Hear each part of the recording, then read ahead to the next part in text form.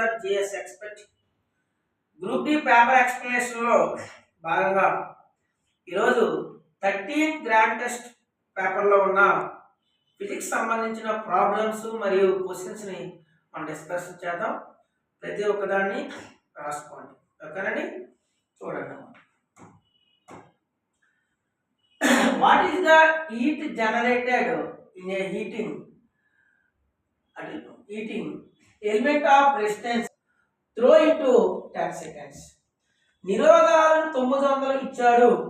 అదేవిధంగా కరెంట్ చూడండి 0.3 ఆంపియర్స్ ఇచ్చాడు. టైం అనేది 10 సెకండ్స్ ఇచ్చాడు. ఎప్పుడైనా సరే ఇచ్చిన ఫ్యాక్టర్స్ ముందుగా రాసుకుంటే రెసిస్టెన్స్ ఎంత ఇచ్చాడండి? 900 ఓమ్స్. కరెంటు ఎంత ఇచ్చాడు సార్? 0.3 ఆంపియర్స్. అదేవిధంగా టైం అనేది వాడు ఇచ్చిన వాల్యూ 10 సెకండ్స్ ఇచ్చారు. చూడండి, రెసిస్టెన్స్, కరెంటు, టైం ఇచ్చినప్పుడు మనకి ఉష్ణాన్ని కనుక్కోవాలంటే, హీట్ ఫైండ్ అవుట్ చేయాలంటే డైరెక్ట్ ఫార్ములా ఉందండి. ఆ డైరెక్ట్ ఫార్ములా ఏంటంటే heat is equal I square RT. I square RT. మరి I square అంటే I వాల్యూ మనకి ఎంత ఇచ్చాడండి? అక్కడ 0.3 ఇంటూ 0.3. R వాల్యూ ఎంత ఇచ్చాడండి మనకి? 900 ఓమ్స్ ఇంటూ T వాల్యూ అనేది 10 సెకండ్స్ ఇచ్చాడు. చూడండి, ఈ పాయింట్కి ఒక 0 పోతుంది, ఈ పాయింట్కి ఒక 0 పోతుంది. అప్పుడు 3 ఏమవుతుందండి? 9 ఇంటూ 90. therefore 9 into 90 810. మనకి ప్రమాణాలు అనేవి చూసుకోండమ్మా. ఎస్ఐ ప్రమాణాలు ఇచ్చాడు, ఉష్ణానికి ప్రమాణాలు జౌల్స్ గా రాసుకుంటాం. మరి ఇచ్చిన ఆప్షన్ లో ఎక్కడ 810 ఇచ్చాడు? ఎక్కడ ఇచ్చాడండి? బి. కాబట్టి this is the right answer. The total heat energy is 810 joules. రాసుకోండి, which is very important. Next question చూద్దాం. చూడమ్మా, a compass needle cannot be used to detect. దిక్సూచి చూది దీనిని గుర్తించడానికి ఉపయోగపడదు అన్నాడు. దిక్సూచిని మనం దేనికి ఉపయోగించాం? అందరికీ తెలుసు, దిక్సూచి అనేది magnified north and south direction, అయస్కాంత ఉత్తర దక్షిణ ధ్రువాన్ని దిక్సూచి అనేది తెలియజేస్తుంది. మరి అయస్కాంతం యొక్క ధ్రువసత్వాన్ని కూడా తెలియజేస్తుంది, determine the polarity of magnetic. మరి అదేవిధంగా అయస్కాంతం యొక్క క్షేత్ర దిశను కూడా తెలియజేస్తుంది, డైరెక్షన్ ఆఫ్ మ్యాగ్నెటిక్ ఫీల్డ్. మరి ఏం సార్ దిక్సూచి అనేది మనకి తెలియజేయదంటే స్ట్రెంత్ ఆఫ్ మ్యాగ్నెట్, అయస్కాంత బలాన్ని అనేది మనకి దిక్సూచి అనేది తెలియజేయదు. మరి మ్యాగ్నెటిక్ ఫోర్స్ ని ఏం తెలియజేస్తుంది? స్ట్రెంత్ ని ఏం తెలియజేస్తుంది అంటే మ్యాగ్నెటిక్ ఫీల్డ్ లైన్స్ ఏం తెలియజేస్తాయి సార్? Magnetic field lines. అయస్కాంత బలరేఖలు అనేవి అయస్కాంతం యొక్క బలాన్ని తెలియజేస్తాయి. మరి మనం కంపాస్ గురించి డిస్కషన్ చేద్దాం. 2 bits very important bits. Compass అనగా దిక్సూచి. ఈ దిక్సూచిని మొట్టమొదటిసారిగా కనుగొన్నది ఎవరు? తయారు చేసింది ఎవరు? Compass was manufactured by China అండి. చైనా దేశం మొట్టమొదటిసారిగా 1100 ఏడీలో, చాలా ఇంపార్టెన్స్, 1100 ఏడీలో దిక్సూచిని మొట్టమొదటిసారిగా చైనా వాళ్ళు అనేవారు దీన్ని తయారు చేశారు, కనుగొన్నారు. మరి దిక్సూచిని కంపాస్ ఎక్కడ యూజ్ చేస్తామండి? Especially compass is used in navy and also air force. దీన్ని ఎక్కువగా మనం ఎక్కడ ఉపయోగిస్తామండి? నావీ వాళ్ళు ఉపయోగిస్తారు, ఎయిర్ ఫోర్స్ వాళ్ళు ఉపయోగిస్తారు. ఎందుకంటే సముద్రంలో ప్రయాణించే వారికి ఆ యొక్క ఉత్తర దక్షిణ దిశను తెలుసుకొని అలా ఈస్ట్ వెస్ట్ వాళ్ళు ఫైండ్ అవుట్ చేస్తారు. సేమ్ ఆకాశంలో ప్రయాణించే పైలట్స్ కూడా ఈ కంపాస్ను ఉపయోగించి నార్త్ వెస్ట్ డైరెక్షన్ ద్వారా ఈస్ట్ వెస్ట్ ఫైండ్ అవుట్ చేసి మనం దిశను తెలుసుకున్న వారి యొక్క గమ్యాన్ని చేరుతారు. This is the very important uses of compass. చాలా ఇంపార్టెంట్ అండి, చక్కగా రాసుకోండి. ఓకే చిన్న, నెక్స్ట్ క్వశ్చన్కి వెళ్దామా? ఓకేనా, రైట్. చూడమ్మా, if the frequency of sound wave is 100 Hz, then what is the time of period? Very important. ఒక ధ్వని తరంగం యొక్క పౌనఃపున్యము 100 హెర్ట్జులు అయితే దాని ఆవర్తన కాలం ఎంత? What is the periodic time? ఇది కూడా simple question sir, direct question. Sound మీకు 8th class government text book ఎన్సీఆర్టీలో ఉంటుంది sir. The relation between frequency and periodic time అంటే పౌనఃపున్యానికి ఆవర్తన కాలానికి మధ్య నువ్వు దాని యొక్క రిలేషన్ తెలుసుకోవాలి. ఏంటండి relation? T is equal 1/f. లేకపోతే ఫ్రీక్వెన్సీని మనం ఎంతో సూచిస్తాం కాబట్టి దాన్ని న్యూతో చూపిస్తాం కాబట్టి T is equal 1/μ. లేదా న్యూ ఈజ్ ఈక్వల్ ఏమవుతుందండి? 1/t. మరి ఇచ్చిన దాంట్లో ఏమిచ్చారు సార్? మనకి న్యూ వాల్యూ ఇచ్చాడు. ఫ్రీక్వెన్సీ వాల్యూ ఎంత ఇచ్చాడండి? 100 Hz. మరి పౌనఃపున్య వాల్యూ ఇచ్చాడు. ఆవర్తన కాలం ఇవ్వలేదు కదా, పీరియాడిక్ టైం ఇవ్వలేదు కదా. అప్పుడు టీ వాల్యూ కావాలంటే 1/μ వేసుకోవాలి.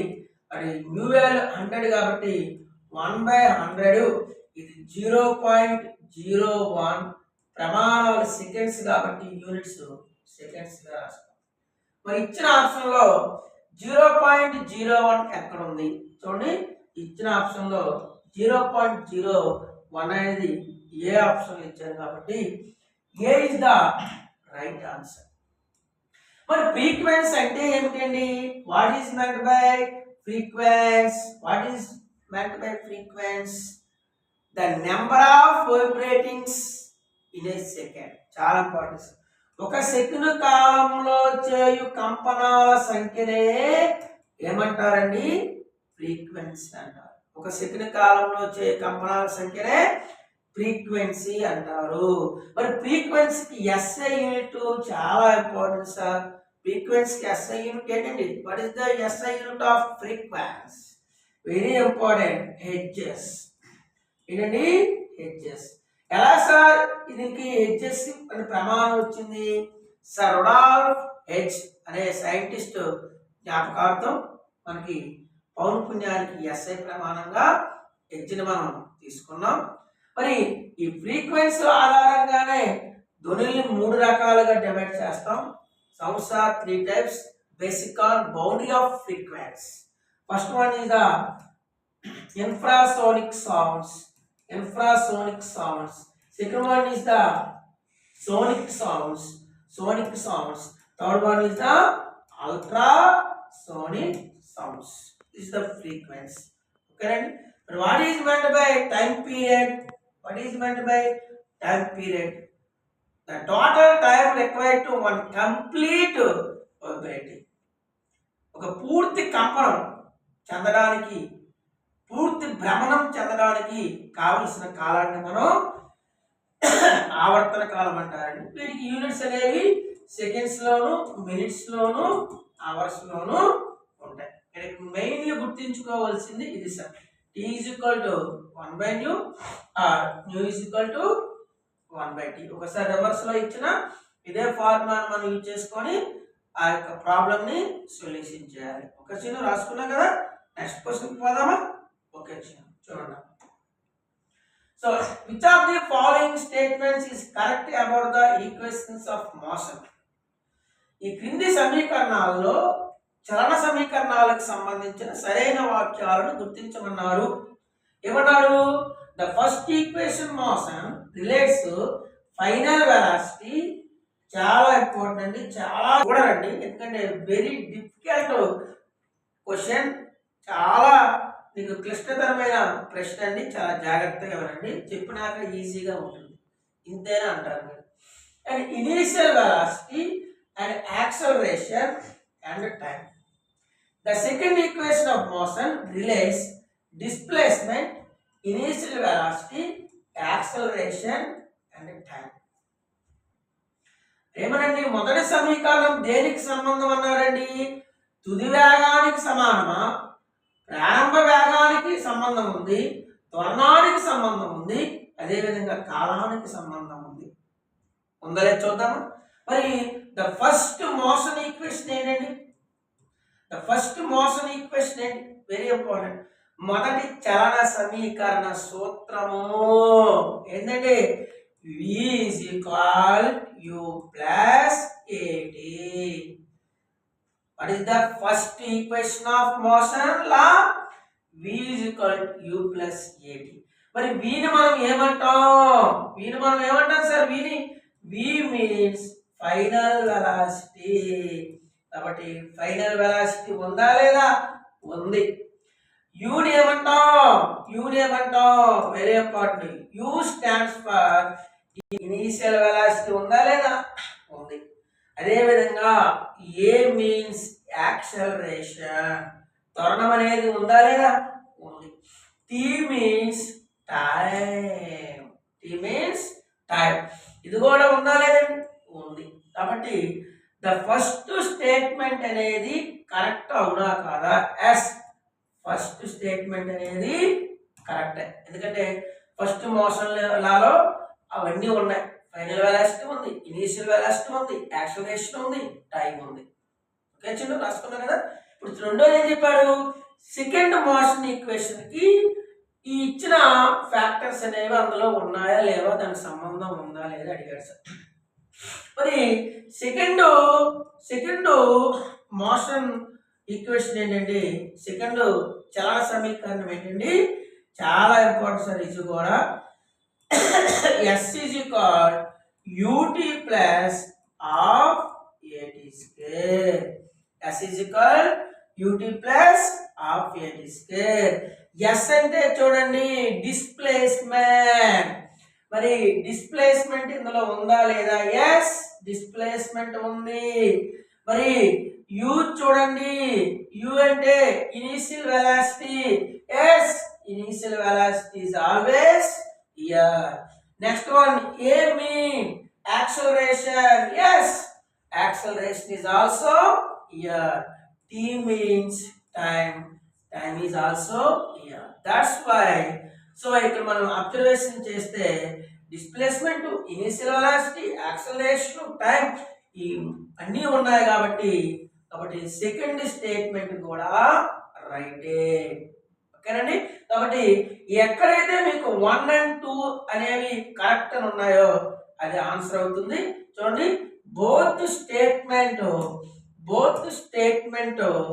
1 and 2 ఆర్ కరెక్ట్. ప్రకటన 1, 2 సరైనవి. కాబట్టి ఆన్సర్ అనేది సి అవుతుంది. మరి మోషన్స్ లాస్, ఇంకో మోషన్ లా ఏముందండి? థర్డ్ మోషన్ లా కూడా ఉంది సార్. అది ఇవ్వలేదు. నెక్స్ట్ ఇంకోటి వచ్చింది మీకు, థర్డ్ మోషన్ లా కూడా ఉంది సార్. ఏంటండి third motion law? What is the third motion law equation? అంటే v square minus u square is equal to as. Third equation ఏంటండి? v square minus u square is equal to as. ఇందులో కూడా ఏముందండి? Final velocity is there and also initial velocity is there and also acceleration is there and also displacement is there. ఇది third motion లా. రేపు future లో ఏదైనా exam అడిగితే ఇది కూడా మీరు ఈజీగా తెలుసుకొని ఆ క్వశ్చన్ ని సాల్వ్ చేయాలి. ఇక్కడ రాసుకున్నాక చిన్న చూడండి, the unit of measurement of noise. శబ్దం యొక్క SI యూనిట్ ఏంటి అన్నాడు? శబ్దానికి యాక్చువల్గా అయితే శబ్ద తీవ్రత అంటారు. శబ్ద తీవ్రత అంటే సౌండ్ ఇంటెన్సిటీ. ఏంటండి? సౌండ్ ఇంటెన్సిటీ చాలా ఇంపార్టెంట్. సౌండ్ ఇంటెన్సిటీకి SI యూనిట్ ఏంటి? చివరి వరకు చూడండి చిన్న, చివరి వరకు ఉంచండి, చూడండి జాగ్రత్తగా, మీకు అర్థమవుతుంది. ఎందుకంటే లాస్ట్లో మంచి క్వశ్చన్లు ఉన్నాయి. ఓకేనండి. So what is the SI unit of sound intensity? Sound ఇంటెన్సిటీకి ఎస్ఐ యూనిట్ ఏంటి? చాలా ఇంపార్టెంట్ అండి. సౌండ్ ఇంటెన్సిటీకి SI unit direct question decibels. ఏంటండి? Decibels. Decibels. Decibels means 1/10th part of 1/10th part of bell. Very very important. Decibel అనేది 1/10th బెల్లలో. మరి దీనికి పేరు ఎలా వచ్చింది డెసిబుల్ అని? Very very important. Alexander Graham bell. ఎవరండి? అలెగ్జాండర్ గ్రాహం బెల్ పేరు మీదుగా సౌండ్ ఇంటెన్సిటీకి ఎస్ఐ యూనిట్ అనేది వచ్చింది. చాలా ఇంపార్టెంట్ అండి. చాలా జాగ్రత్తగా రాసుకోండి. ఒక క్వశ్చన్ ద్వారా మీకు 10 ఆన్సర్స్ వస్తాయి. ఓకేనండి? అయితే మిగతా ఏమి ఇచ్చాడు సార్? ఏజ్ యూనిట్ అండి. ఫ్రీక్వెన్సీకి అంటే మ్యూకి ఎస్ఐ యూనిట్ అనేది ఏజ్. యాంప్లిఫైర్ అనేది ఒక ఎలక్ట్రికల్ డివైస్ అండి. అదేవిధంగా అకౌంటిక్స్ అంటే మీకు ఆల్రెడీ తెలుసు, study of sound. Study of sound. Study of sound is called acoustics. ఓకేనండి? అదే study of light is called optics. ఓకేనండి? Study of light is called optics. So this is the very important. We will discuss about the some important points. Sound intensity. Sound intensity is directly proportional to amplitude, scale of amplitude. And also sound intensity is indirectly proportional to scale of distance. If the amplitude is increasing, the sound intensity will be increasing. If the distance is increasing, the sound intensity will be decreasing, because the relation between amplitude and intensity is directly proportional. The relation between distance and intensity is indirectly proportional. Okay, Randy? Very very very important. Which apparent or which device is used to measurement of sound intensity? మనం ధ్వని తీవ్రతను కొలవడానికి ఏ పరికరాలను ఉపయోగిస్తారు? చాలా important sir. Noise meter. Noise meter. Nothing but noise meter. Nothing but very very important sir. Noise meter, sound meter is used to measurement of sound intensity. Very very important sir. ధ్వని శబ్ద తీవ్రతను కొలవడానికి ఉపయోగించే పరికరాన్ని మనం noise metre అని అంటారు. Okay, రాసుకున్నారు కదా? నెక్స్ట్ క్వశ్చన్ పోదామా? Very very important. చూడండి అమ్మా, next question important and confuse question. Correct? In order to obtain and invented and magnified images of object by spherical mirror, please observe which kind of mirror. This is the spherical mirror. And also radius of curvature 40 centimeters. Object should be placed. చూడండి sir, ఇక్కడ ఇచ్చిన దాంట్లో మనకి గోళాకార దర్పణం ద్వారా ఒక వస్తువును తలకిందులుగా చేసి అది పెద్దగా ఉంది. చూడండి సార్, దర్పణాలలో మిర్రర్స్ లో 2 types మిర్రర్స్ ఉంటాయి. ఒకటి concave mirror. Concave mirror it's means పుటాకార దర్పణము. Second one is convex mirror. This one is the తెలుగులో ఏమంటారండి?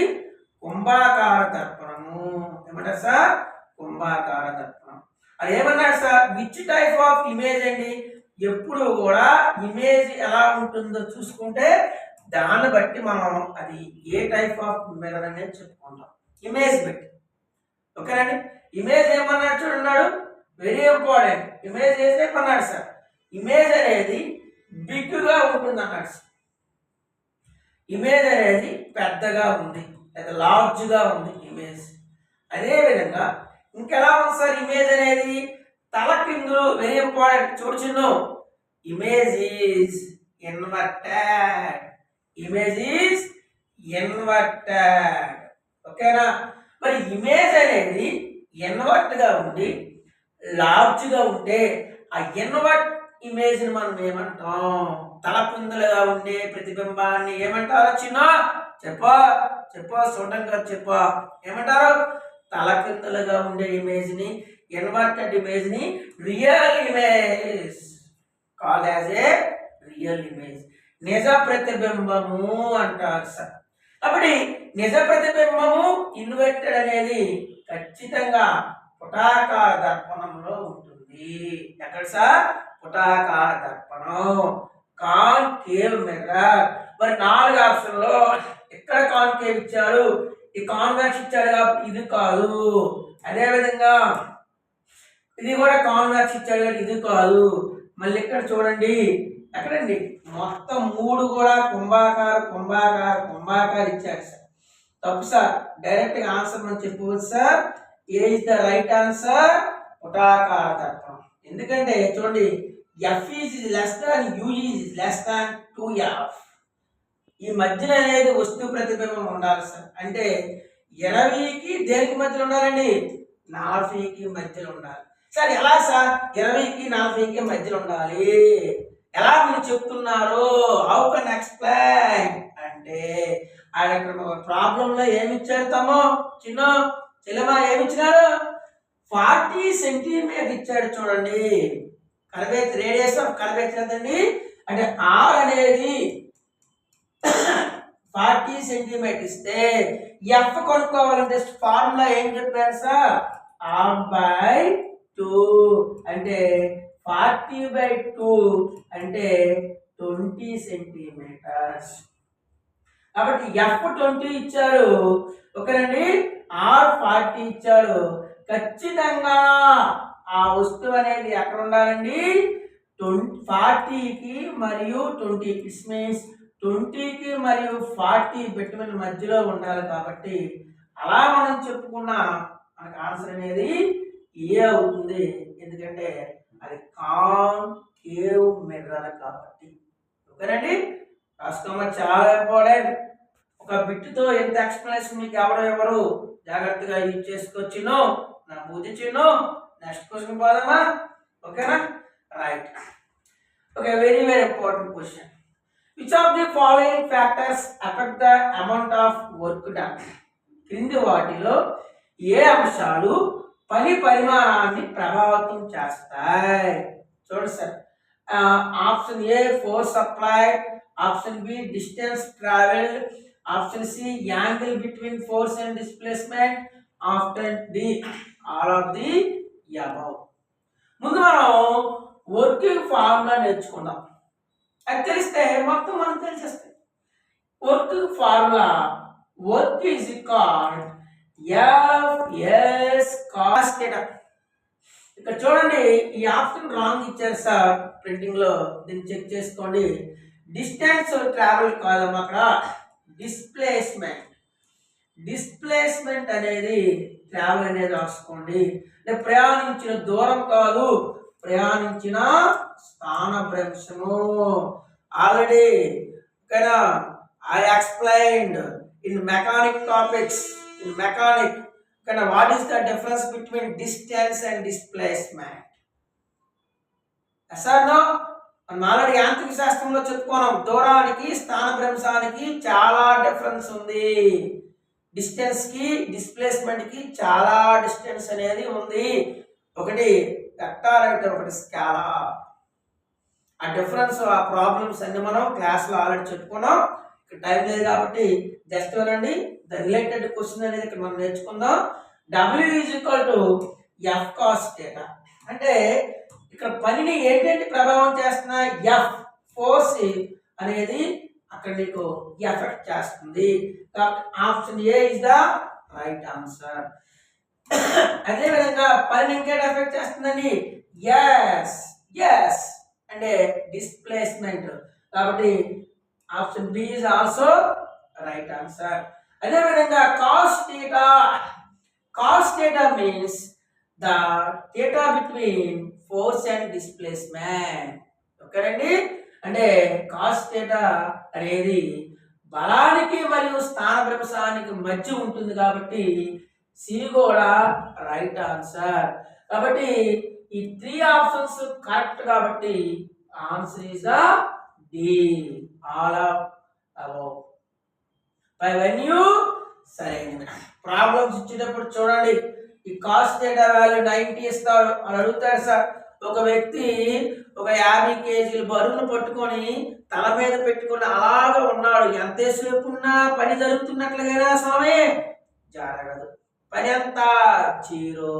లేక ఒక వ్యక్తి ఆ 50 కేజీల బరువును పెట్టుకొని చుట్టూరు తిరిగి ఎక్కడి నుంచి ప్రయాణించాడో అక్కడికే వెళ్ళాడు, పని ఏం జరుగుతుందా స్వామి? జరగదు. ఎందుకు? అక్కడ స్థానభ్రంశం జీరో. ఎందుకు స్థానభ్రంశం డిస్ప్లేస్మెంట్ జీరో అవుతుంది? when the starting point and ending point is same, when the displacement will be zero. ఎప్పుడైతే ప్రారంభ బిందువు తుది బిందువు అనేవి ఒకే బిందువు అవుతాయో, ఒకటే అవుతుందో అప్పుడు స్థానభ్రంశం జీరో. అడుగుతాడు సార్, ఏ సందర్భాల్లో చేసిన పని అనేది 0. ఆ కండిషన్స్ అనేవి మీరు మర్చిపోమాకండి. ఓకేనండి, జాగ్రత్తగా రాసుకున్నారా? నెక్స్ట్ క్వశ్చన్ వెళ్దాం. Chinnu get ready. Next one, simple question. Simple sir. If Q is equal net charge, T is equal time, then which of the following equation is correct? Q అనేది నికరావేశం అయితే, T అనేది కాలం అయితే, ఈ క్రింది సమీకరణంలో ఏది రైట్? Simple sir. కరెంట్ యొక్క formula ఆ రెండరికి ఇచ్చాడు. కరెంట్ యొక్క ఫార్ములా ఏంటంటే కరెంట్ యొక్క ఫార్ములా మీకు ఆల్రెడీ చెప్పారు కదా sir. Electricity is 2 types. How many types? 2 types. ఒకటి static current, రెండు static electricity, రెండు current electricity. Static electricity example, the current in Xerox machine. మరి current electricity కి formula I is equal Q by T. Very important. Units. Q की coulombs, T की time seconds. Therefore, the unit of current coulomb per second. Coulomb per second is nothing but ampere. So many exams lo meeku adigaru sir, ampere. ఒక coulomb per second ఏమంటారండి? Ampere. కాబట్టి direct గా మనకి ఇచ్చాడు I is equal QT. మరి చిన్ను ఇక్కడ current electricity మళ్ళీ ఎన్ని రకాలండి? Current electricity also divide into 2 types.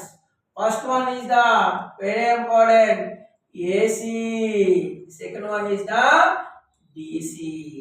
What is the difference between AC or DC?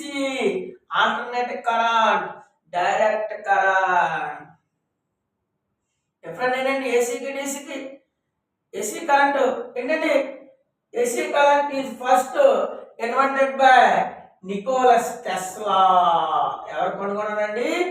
Tesla కనుగొన్నాడు. DC current Thomas Alva Edison.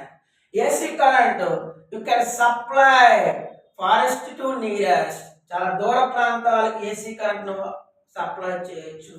But DC current you can't supply to forest, like a long distance. దూరానికి మనం supply చేయలేము. AC current can shock కొడుతుంది. DC current cannot shock.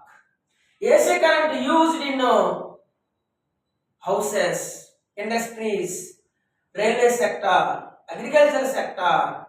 Only DC current used in mobile charging, computer charging, handycams. ఓకేనండి, very very crucial point. AC కరెంట్లో ఈ can't storage. AC current నువ్వు storage చేయలేవు. అదే డీసీ కరెంట్ని ఈ కాన్ స్టోరేజ్. ఓకేనండి, ఇలా చాలా అంశాలు మీరు ఏసీ డీసీ నుంచి మనం నేర్చుకోవచ్చు. ఓకేనండి, నెక్స్ట్ క్వశ్చన్ చూద్దామా? రాసుకుంటారు కదా. నెక్స్ట్ క్వశ్చన్, లాస్ట్ క్వశ్చన్ ఈరోజు ఈ 13 పేపర్లో last question. At which position on principal axis does a concave mirror forms highly diminished real and inverted images on an object? అన్న చాలా రోజులు మీకు నేను దీని గురించి పూర్తి సమాచారం ఇవ్వాలనుకుంటున్నాను. ఈ రోజు మీకు ఇస్తాను. ఒక 5 minutes ఎక్స్ట్రా కేటాయించి నేర్చుకోండి. Very very very important. గతంలో ఎక్కడో వినదు మీరు యొక్క టాపిక్. ఇక్కడ పుటాకార దర్పణం వస్తువు యొక్క అత్యంత చిన్నదిగా నిజంగా ఉన్నప్పుడు ఆ వస్తువు యొక్క స్థానం ఎక్కడ? సారీ, ఆప్షన్లు అన్ని రాంగ్ ఆప్షన్స్.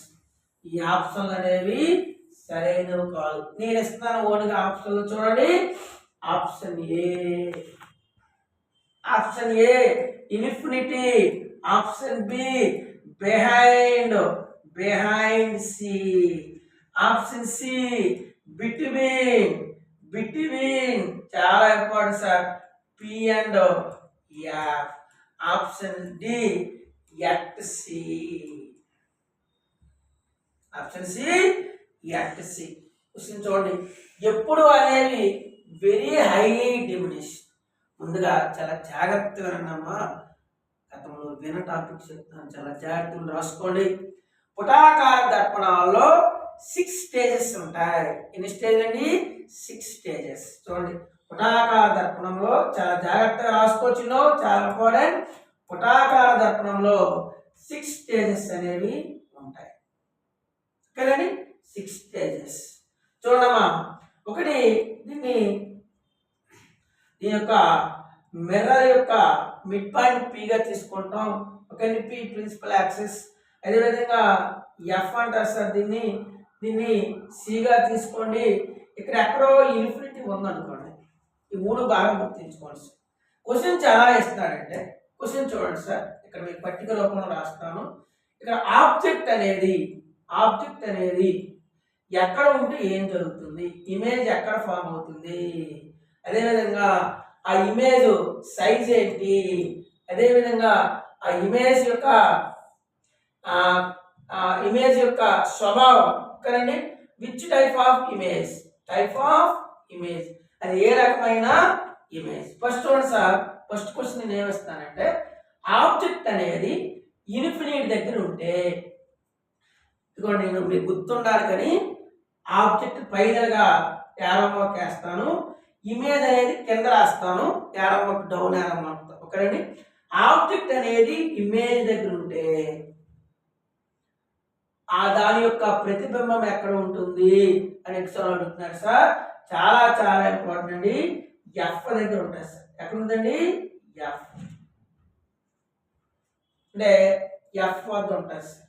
అదే ఆబ్జెక్ట్ అనేది బిహైండ్ సి ఇక్కడ ఉందనుకోండి, ఇక్కడ సి అవతల బిహైండ్ సి దగ్గర ఉందనుకోండి వస్తువు అనేది. ఓకేనా, ప్రతిబింబం అనేది ఎక్కడ ఉంటుంది సార్? Between F and C. ఇక్కడ ఇమేజ్ టైప్ ఏంటండి? హై డిమినిష్, చాలా చిన్నది. మరి ఏ ఇమేజ్ అండి ఇది? Real and inverted. అదే ఇక్కడ నువ్వు సి దగ్గర చూసుకుంటే ఎఫ్ కి సి మధ్యలో ఉంటుంది, ఇది డిమినిష్డ్ అంటే చిన్నది. ఇది కూడా real and inverted images. Next 3, object ఎక్కడ ఉంది? ఎక్స్ సి. కరెక్ట్గా ఆబ్జెక్ట్ అనేది సి దగ్గర ఉంది. ఇది ఒకటికి ఇది కోడింగ్ ఇచ్చాను, 1, 2కి కోడింగ్ ఇచ్చాను. ఇప్పుడు థర్డ్ మీరు గుర్తించుకోండి, పై ఉన్నవన్నీ ఆబ్జెక్ట్స్ వస్తువులు, కింద ఉన్నవన్నీ ఇమేజెస్. ఓకేనండి. సో ఇక్కడ నేను థర్డ్ వన్ ఏం చెప్పాను? The object at C, image కూడా ఎక్కడ ఉంటుందండి? సి దగ్గరే ఫామ్ అవుతుంది. ఇది ఎలా సార్? ఈక్వల్ ఇమేజ్ అంటే ఆబ్జెక్ట్ ఎంత సైజ్ ఉంటుందో ఇమేజ్ సైజ్ కూడా ఈక్వల్ ఉంటుంది. ఇది కూడా రియల్ అండ్ ఇన్వర్టెడ్, నిజ మరియు తలపొందుల ప్రతిబింబం. ఇప్పుడు నేను ఆబ్జెక్ట్ ని ఎక్కడ పెట్టాను సార్?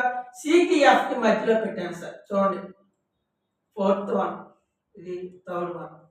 ఆబ్జెక్ట్ ని ఎక్కడ పెట్టానండి? Between C and F. Image ఎక్కడ పడుతుందంటే బిహైండ్ సికి ఇటువైపు పడుతుంది. 4th condition. ఇక్కడ ఎలా ఉంటుంది సార్ అంటే లార్జ్ ఇమేజ్ ఫామ్ అవుతుంది, పెద్ద ఇమేజ్ అనేది ఫామ్ అవుతుంది. ఇది కూడా రియల్ అండ్ ఇన్వర్టెడ్ ఇమేజ్, చాలా ఇంపార్టెంట్ కాన్సెప్ట్. అదే నేను ఆబ్జెక్ట్ ని ఎక్కడ పెట్టాను సార్, వెరీ వెరీ ఇంపార్టెంట్. చూడండి ఆబ్జెక్ట్ అలా వస్తుంది, సికి ఎఫ్ వచ్చింది, నేను ఆబ్జెక్ట్ ని ఎఫ్ దగ్గర పెట్టాను. ఫిఫ్త్ వన్ ఆబ్జెక్ట్ ఎక్కడ పెట్టాను సార్, ఎగ్జాక్ట్లీ ఎఫ్ దగ్గర పెట్టాను.